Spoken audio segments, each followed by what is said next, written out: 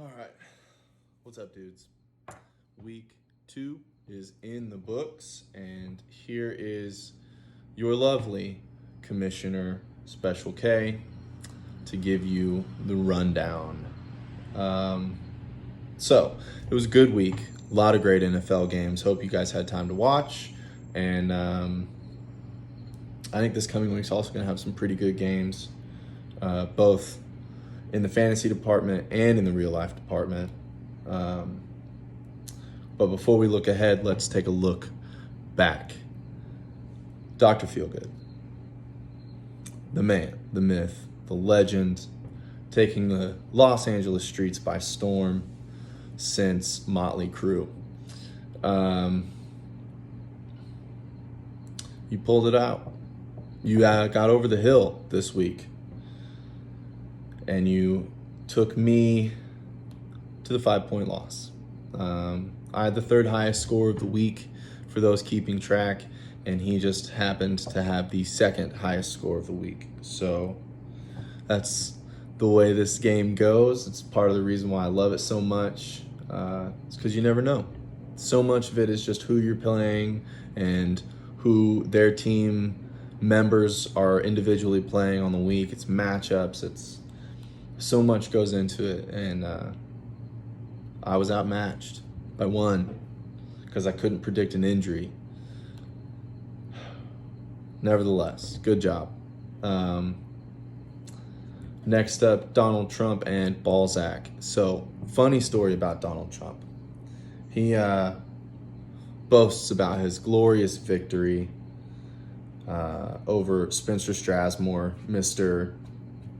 I couldn't get a lineup drafted correctly. It was a great game, week 1, but Spencer just couldn't quite pull it out until the weekly finalization report goes out where they do stat corrections just to make sure everything's kosher headed into week 2.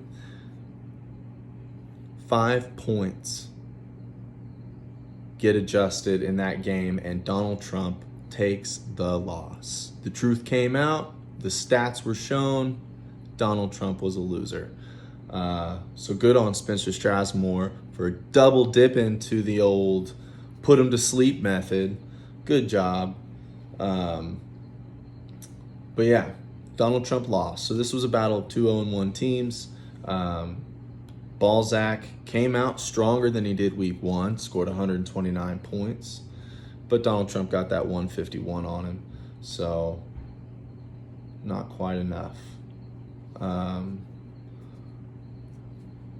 Moving on to Caitlyn Jenner's fan club, the only 2-0 team headed into week 3 against Beans and Franks. Beans and Franks, you are the sub 100 loser of the week. What a bad game. You lose Saquon, you lose Courtland Sutton. You're hurting, but you'll figure it out. I have confidence in you. Balzac, he's doing better than he did week 1. So if he can do it, you can. And Caitlyn Jenner got a little lucky this week. You didn't have the best score, but, I mean, you played the loser. So good on you to be 2-0. Next up, you got Spencer Strasmore, Mr. Put Him to Sleep, running into the Brook Wall that is foosball, is the devil. So you might not know who foosball is. He formerly is known as China, and he had a terrible week 1.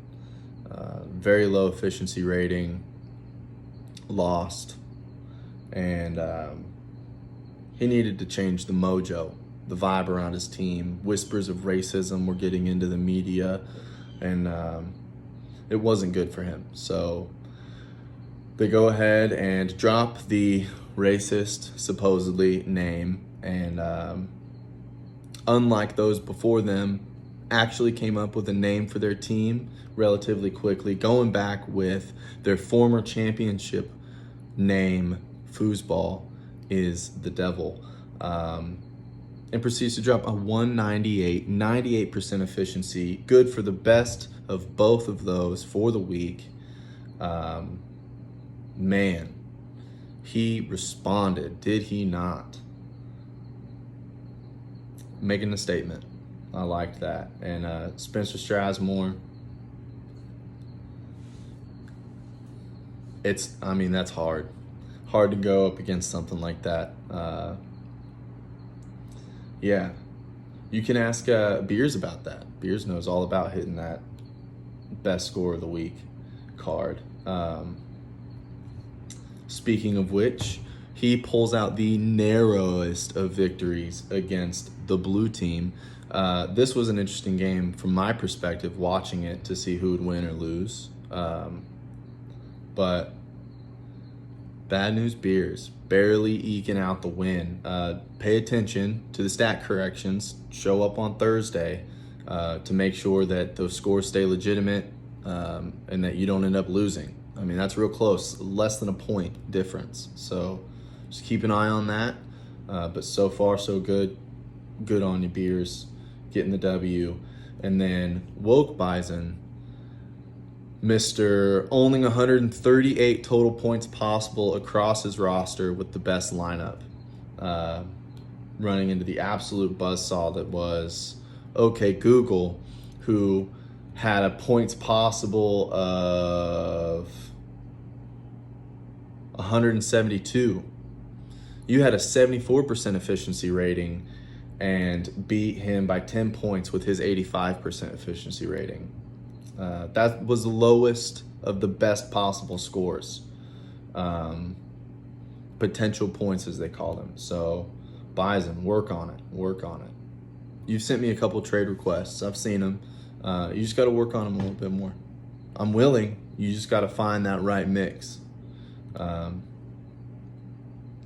Anyway, it was a good week, a really good week. The standings are close. You have Caitlyn Jenner at number 1 with 2-0, and then you have a 10-way tie for second with all the 1-1 teams, and the 0-2 team of Balzac is sitting there.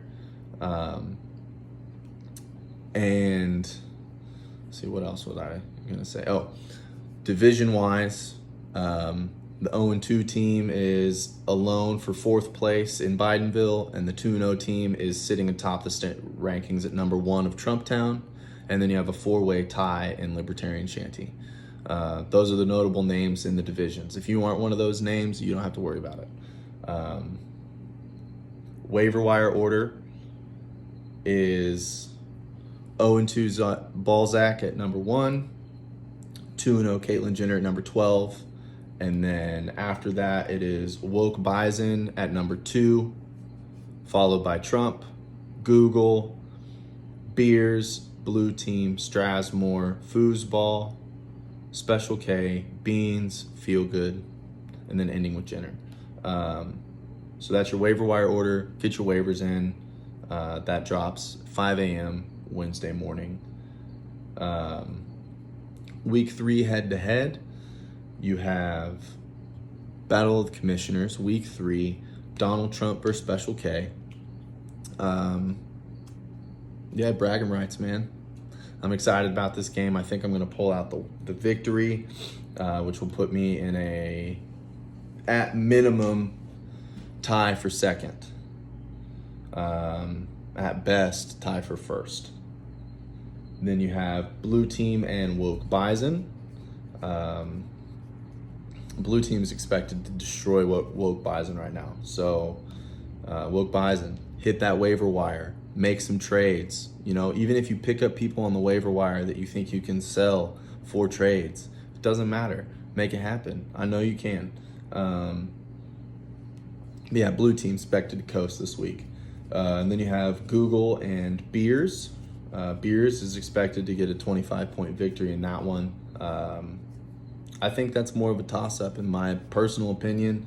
I think Google's capable of doing good things. I think Bad News is capable of doing good things. Beans and Franks and Spence.